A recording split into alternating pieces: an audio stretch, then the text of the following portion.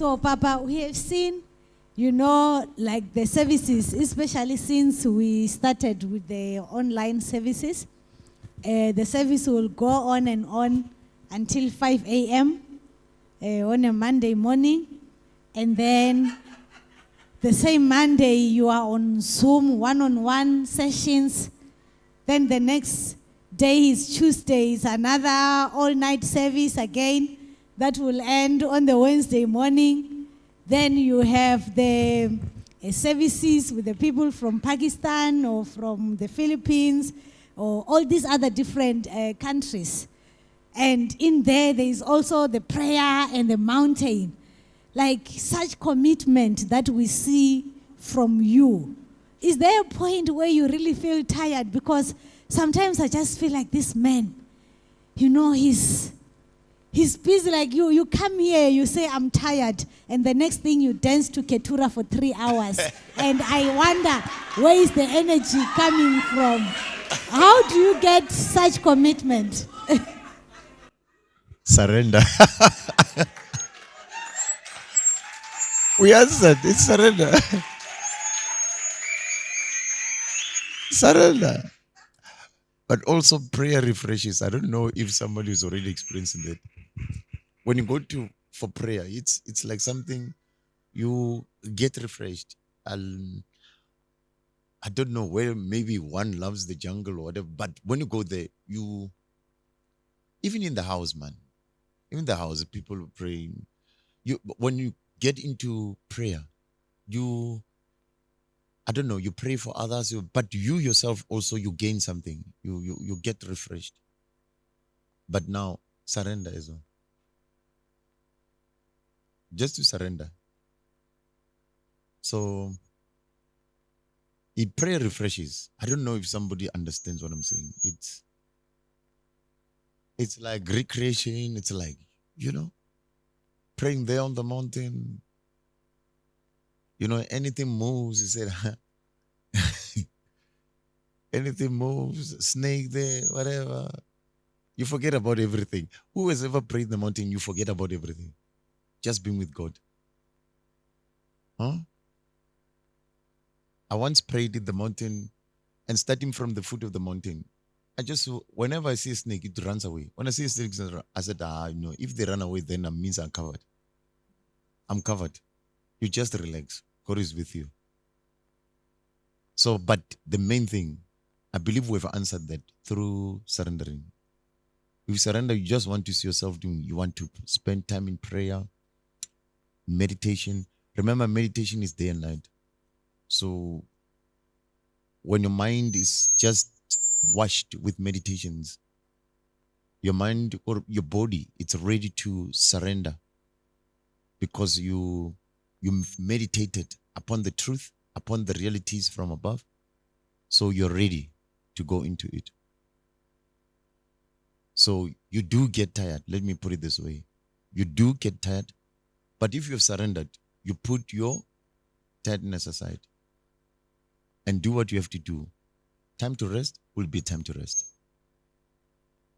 So all I can say is it's not me. Even my crew, those that I do private Zooms with, I would tell them, hey guys, how do you feel there?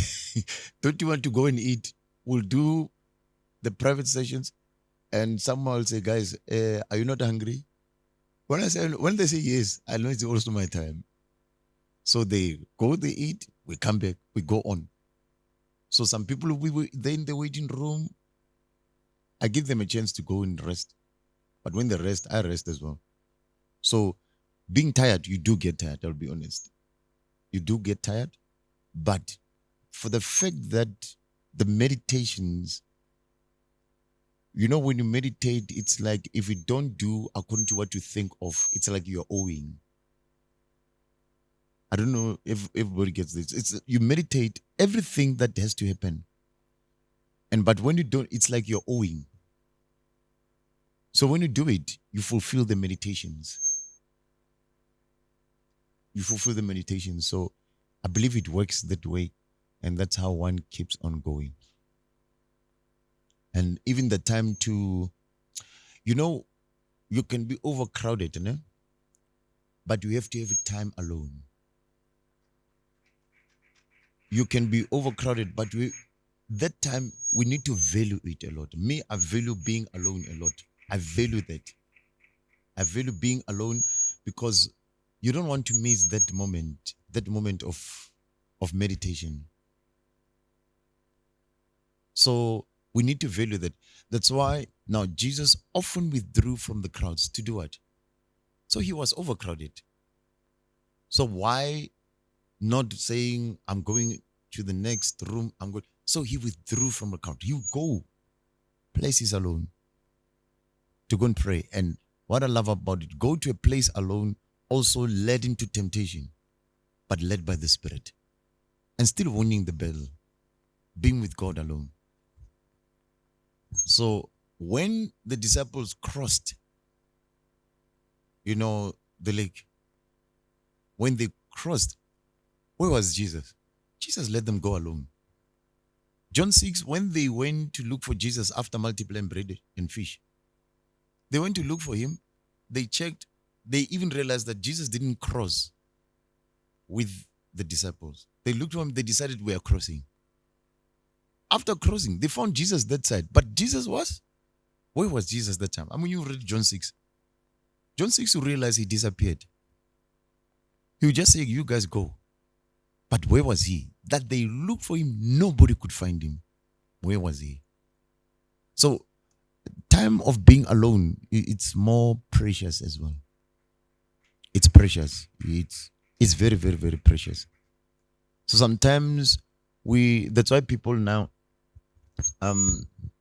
people think life is when you're always accompanied by men. So people rely mostly on men. So Paul says, I resort to know nothing from you. So where would Paul go? I only want to know Christ and him crucified. So there would be many moments of him being with God. And as you see with many prophets in the Old Testament, taking time to be alone and pray. So it's very important.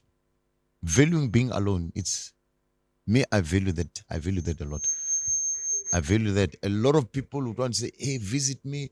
Hey, get me. We need to have an opportunity. We need to. But now, there's that thing of saying, hey, my time being alone. Thank you.